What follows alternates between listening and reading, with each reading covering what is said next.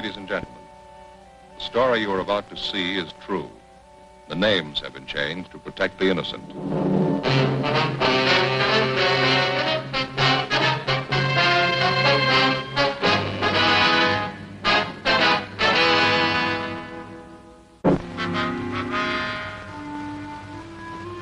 The fourth largest city in the United States. It's still growing.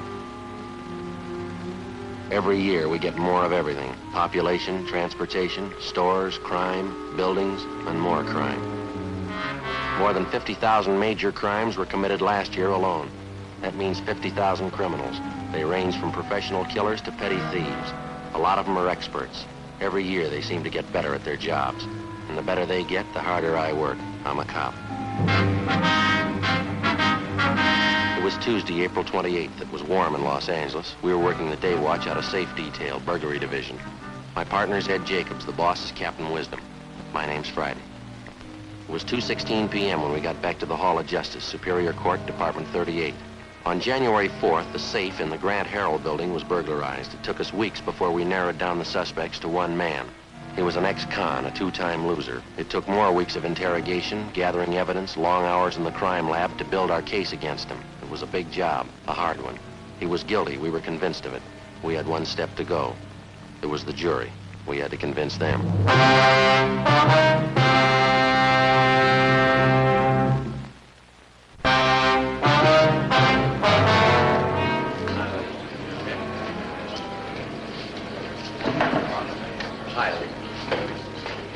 How's it going, Lee? I think we got him, Joe. Did you testify yet? This morning. How'd it work out? Physical evidence tied in perfectly, all 6 points.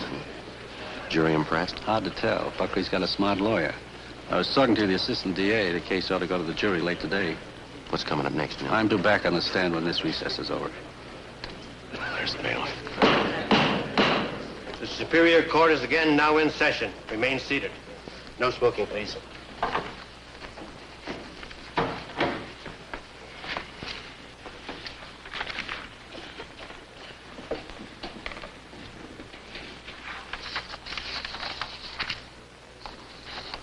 Let the record show that the jury, the defendant, and his counsel are present. Prosecution may proceed. If it please, Your Honor, I'd like to recall Leland Jones to the stand. Leland Jones, take the stand.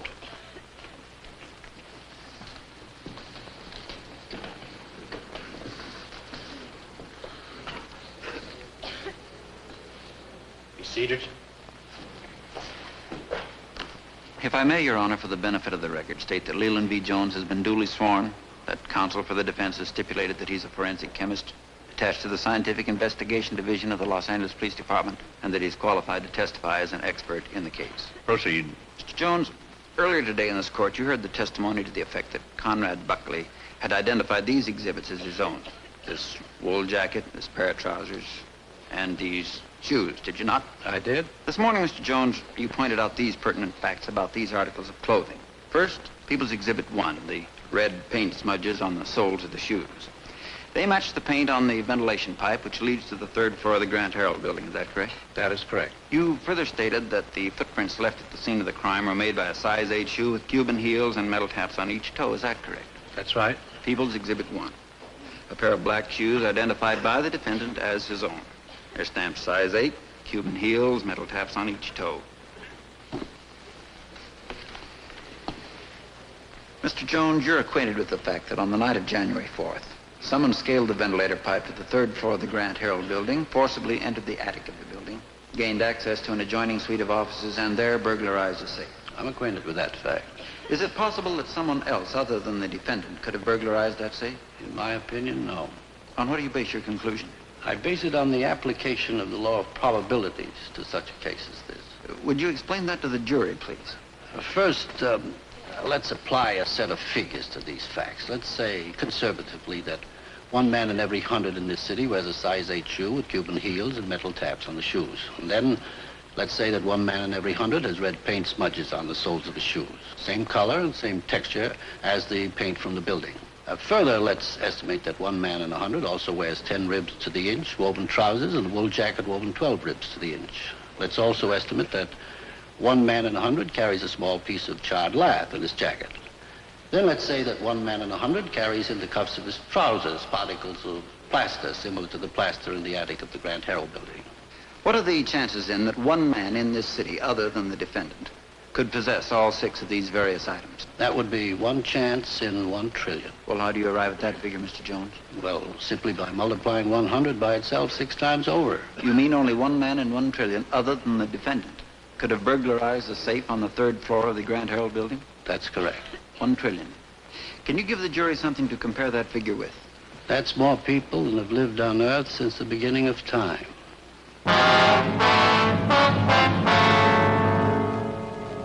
Lee Jones was the last witness to testify in the case of the state versus Conrad Buckley. For the rest of the afternoon, the defense lawyer and the assistant DA delivered their summations. The defense lawyer was eloquent and colorful. He spoke for more than an hour and threw up every possible smokescreen he could think of to disguise the facts of the case. The assistant DA reviewed again the 6 points of physical evidence, clearly defined.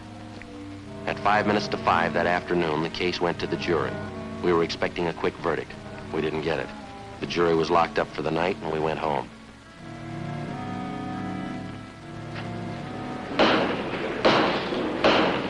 The Superior Court, State of California, and for the County of Los Angeles is now in session. The Honorable John Edwards, judge presiding. Ladies and gentlemen of the jury, have you reached a verdict? Yes, Your Honor, we have. Hand me the verdict.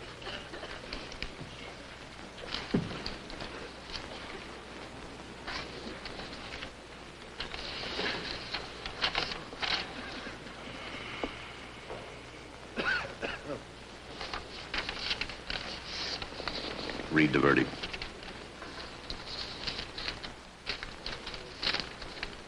The Superior Court of the State of California, in and for the County of Los Angeles people versus Conrad Buckley. We, the jury, in the above entitled action, find the defendant not guilty. No talking back there, please. So say ye one, so say ye all. Is this your verdict? It is. Record the verdict.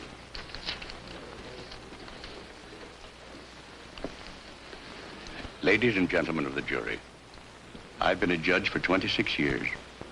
For the past 14 years, I've presided in this particular court. May I say now that this is the worst miscarriage of justice I have ever witnessed. After hearing your verdict in this case, I can arrive at only one conclusion. Ladies and gentlemen of the jury, either you are innately dishonest or you're complete morons. Court's adjourned.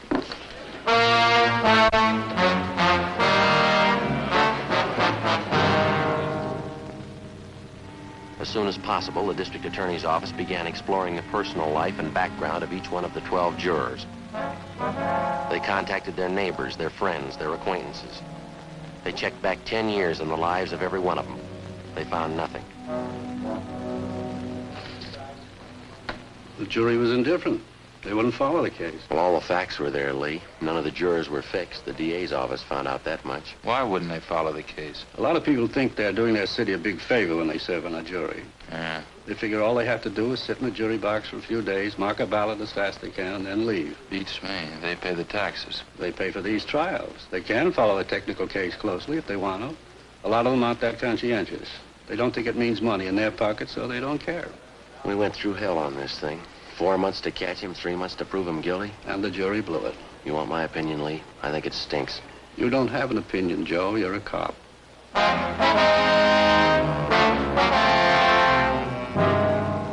The case of Conrad Buckley became just another item filed away with hundreds of thousands of others in the record bureau of the Los Angeles Police Department. 6 days after he was acquitted, he left the city and a few weeks later was reported in Baltimore, Maryland. After that, he dropped from sight.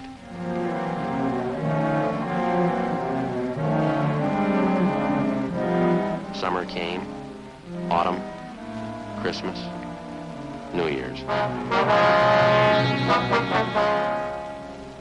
On Wednesday morning, Ed and I checked in for work as usual. What's the date, Ed? Wednesday, February 1st. Thank you. Your mother get over that cold, Joe? Yeah, finally. How about your kid? Yeah, he's okay. Wife's got one now. Hi. Morning, Captain. Hi. Got a minute? Yeah. Carter Printing Company was robbed last night. How much? There's the crime report. 14,500. Yeah, it's a big haul. The MO's familiar. Climbed a drain pipe to the roof, kicked in a skylight. Yeah? Conrad Buckley's back in town. I think it might add up. Could be. Sounds like it. There's one sure way to make him. Put him in small words and big type. I don't know how to make it any more positive than the last time. I don't know if that Greek with the lamp ever found an honest man, but get the guy.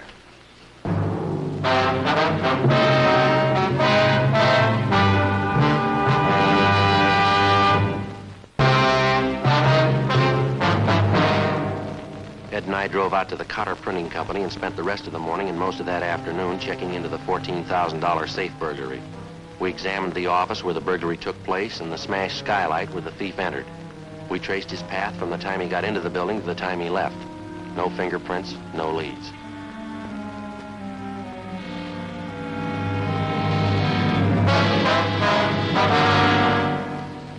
How many safe men you know that work like Buckley? Well, let's see. There's Hagan. He works about the same, but he's up at Q. Walters, he operates like Buckley.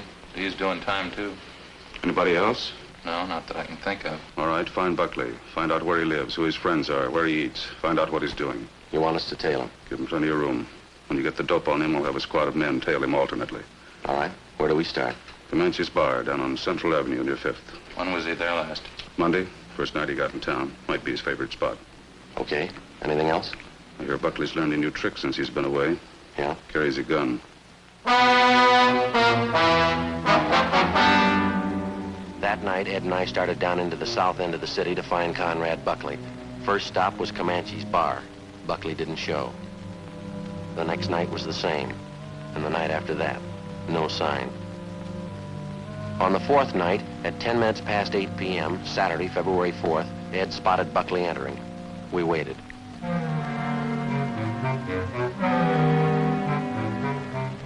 At 25 minutes past midnight, Buckley came out the main entrance with a blonde woman on his arm.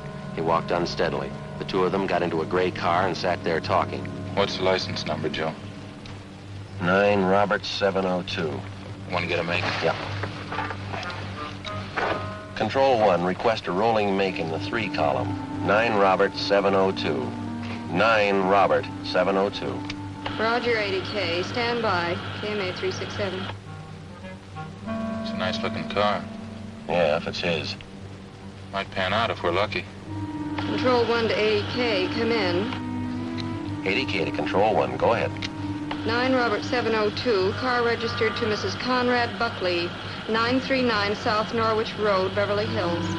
80K to Control 1. Roger. KMA 367. What does that prove? Proves he's supporting a new car and a wife. Let's find out how.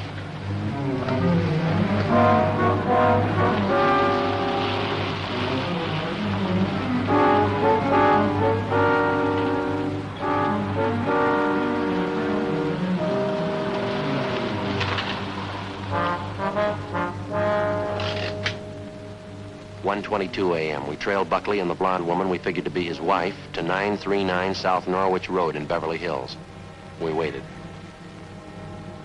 At 3 a.m., Ed called Captain Wisdom and a couple of men were sent out to relieve us.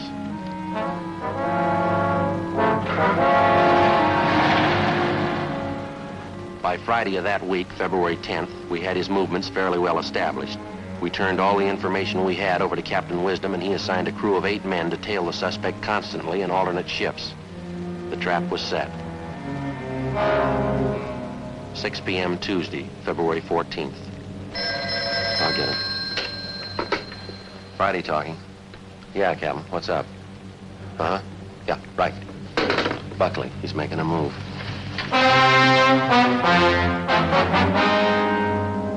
We left the city hall and drove out to the site of the stakeout near Buckley's home on South Norwich Road. Captain Wisdom was there waiting for us. He left his place alone. He was on foot. Berg and Marconi tailed him to a bar. That's where he lost him. And he hasn't come back to his place? Not yet. I got a hunch he will. His car's still there. Yeah? We can shake him down. If he's been out on a caper tonight, he should have whatever he stole with him. Car there in the driveway? Yeah, check the license. 9 Robert 702, that's Buckley's car. There's somebody coming out of the house.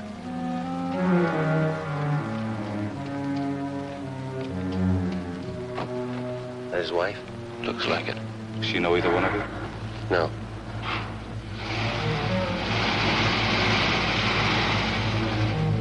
Follow her. Yes, go ahead.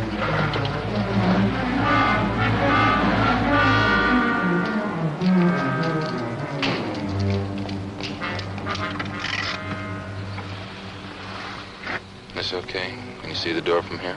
Yeah, this is fine. Captain?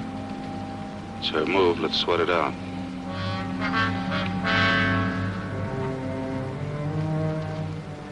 The blonde woman entered the apartment house at 1261 Wilcox Avenue at 14 minutes past 11 p.m. At 5 minutes past midnight, she came out and got in her car. A man was with her. Buckley. Must be the hideout. You two follow them. When they get to the house, shake them down. What about you? I'll check the apartment. Meet you back at the office. Right.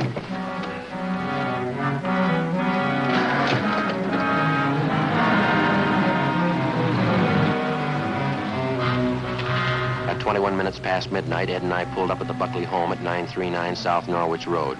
We waited until Buckley and his wife got in the house. Then we went in and shook him down. We found nothing. We searched the house, the garage, and the car. The same. Nothing. Yeah, all right. You can put your stuff away. Place is clean, Joe. Nothing. Right. And I tell you, I'm clean. You haven't got one thing on me. I'm clean. It's a nice car you're driving, Buckley. Is it yours? That's right. I like nice things. They cost money. What doesn't? When'd you get back in town? Last week, why? What are you doing with your time? Morris Cabinet Company. I'm a journeyman carpenter. When do you work? Nights. Good job. Believe me, I'm legit. All right, you stay that way and we won't have any trouble. Ed and I left Buckley's house, drove back to the office, and checked in with Captain Wisdom. He told us that he had talked with the manager of the apartment house at 1261 Wilcox Avenue. Buckley was renting apartment 7A in the building under the name of James E. Wilson. On the average, he used the apartment only once or twice each week. The rent was $75 a month. What'd you find in the apartment, Captain? He keeps 2 complete changes of clothes in the closet. The rest of the place is empty except for one thing, set of burglary tools. Yeah? Found them under a false bottom drawer. Set of safe jimmies, small sledge, the works. Then he works out of the apartment, huh? He's getting cagey, or he thinks he is. After a job, he probably comes back to the apartment, gets rid of his work clothes, and figures he's pretty safe. Well, then all we have to do is keep an eye on that apartment. The next time he pulls a job, we grab him. That's right. The next time we pick him up, it's going to be for keeps. That depends on the jury, doesn't it? At 3 a.m. that morning, Wisdom ordered a stakeout at 1261 Wilcox Avenue. The stakeout on his home also continued. During the next week, the suspect was seen to come and go from his home, and on 2 occasions, he visited his apartment during the daylight hours. No suspicious moves on his part were reported. The stakeout went on. 5 weeks later, on March 22nd, the safe in the offices of Butterfield and Crucian Wholesale Grocers was burglarized of $7,500. That afternoon, Wisdom, Ed, and I met with Lieutenant Lee Jones in the crime lab. It's cyclohexane, a coal tar product. Well, It's colorless and it's odorless. When it's rubbed into the surface of an object, it's invisible to the naked eye. Well, what about it, Lee? It's a crystalline hydrocarbon, slightly soluble in ether or alcohol. Uh-huh. Well, here, let me show you this cloth. I help you, Lee? Yeah, will you, Joe? There. Dust it on here. Now, can you see or feel anything at all? No. Seems to disappear. I can't feel anything. You can? Oh. Ed? No? No, there's nothing on there. Captain, you want to catch that light, please? Sure.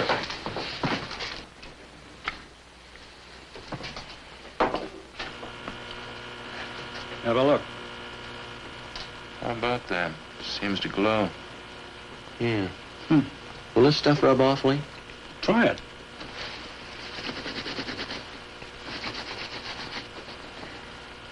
Now look at your hands. Nothing harmful in that stuff? No. How long will this stuff stay on, Lee? Maybe as long as 24 hours. Only shows up under that ultraviolet lamp, huh? That's right. Well, does it work on everybody? It'll work on Buckley. 10 minutes later, Wisdom put in a call to the 2 men on stakeout at Buckley's apartment on Wilcox Avenue. They reported that the apartment was empty. Buckley hadn't been near it since early the day before. At 6 p.m. that night, Lee Jones, Ed, and I went to the apartment, let ourselves in with a pass key, and went to work with 2 jars of cyclohexane. We dusted it on everything in sight, on Buckley's clothes, his shoes, his hat, and on the set of burglary tools which we found in the false bottom drawer. We rubbed it in until it was invisible. We arranged everything exactly the way we found it, and then we went back to the office. Lee Jones had a portable ultraviolet light set up for immediate use. Wisdom alerted communications to pass along immediately all reports of burglaries throughout the city. We waited. At midnight, we went out in shifts for sandwiches and coffee. The watch kept on. 2:30 a.m. I got it. Wisdom. Yeah? Thanks. Harvard and Wilshire Boulevard. Safe job? 2 of them. Call Lee Jones. I'll meet you downstairs. Right. What do you think? We'll let the lamp tell us. Bergstrom, keep the storefront clear. 10 feet on either side.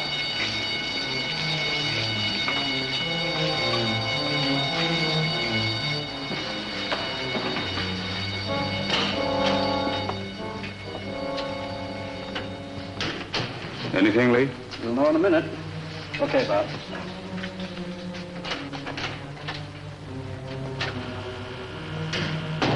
All right, we can try it.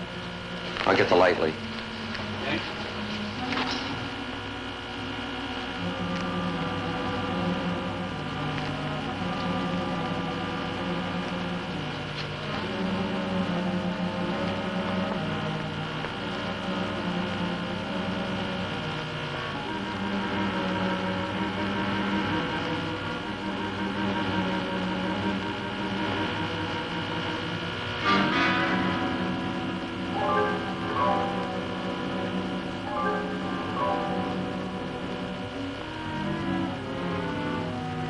That's it. It's all there. The Greek with the lamp had an idea, didn't he?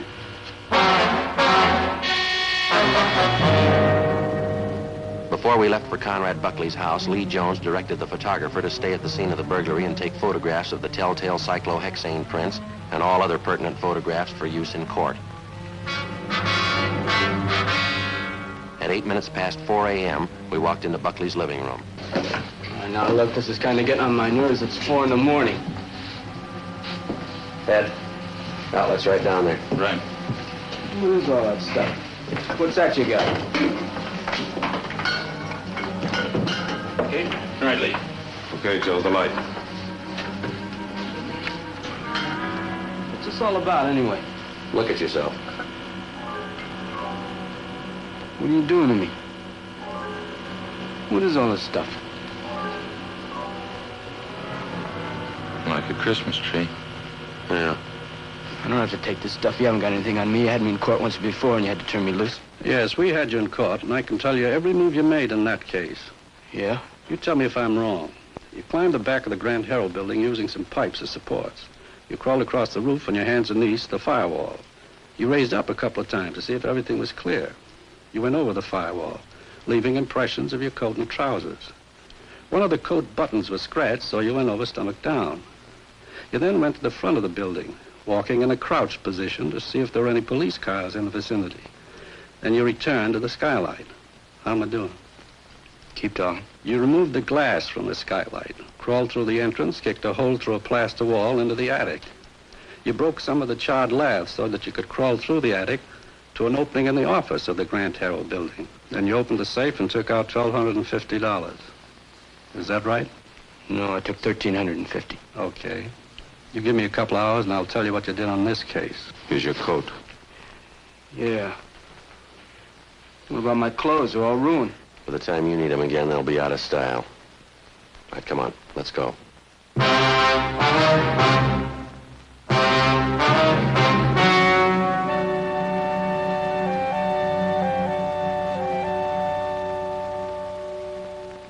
On October 15th, trial was held in Superior Court, Department 84, City and County of Los Angeles, State of California.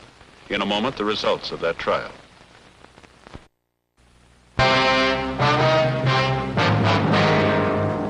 The suspect was tried and convicted of first-degree burglary.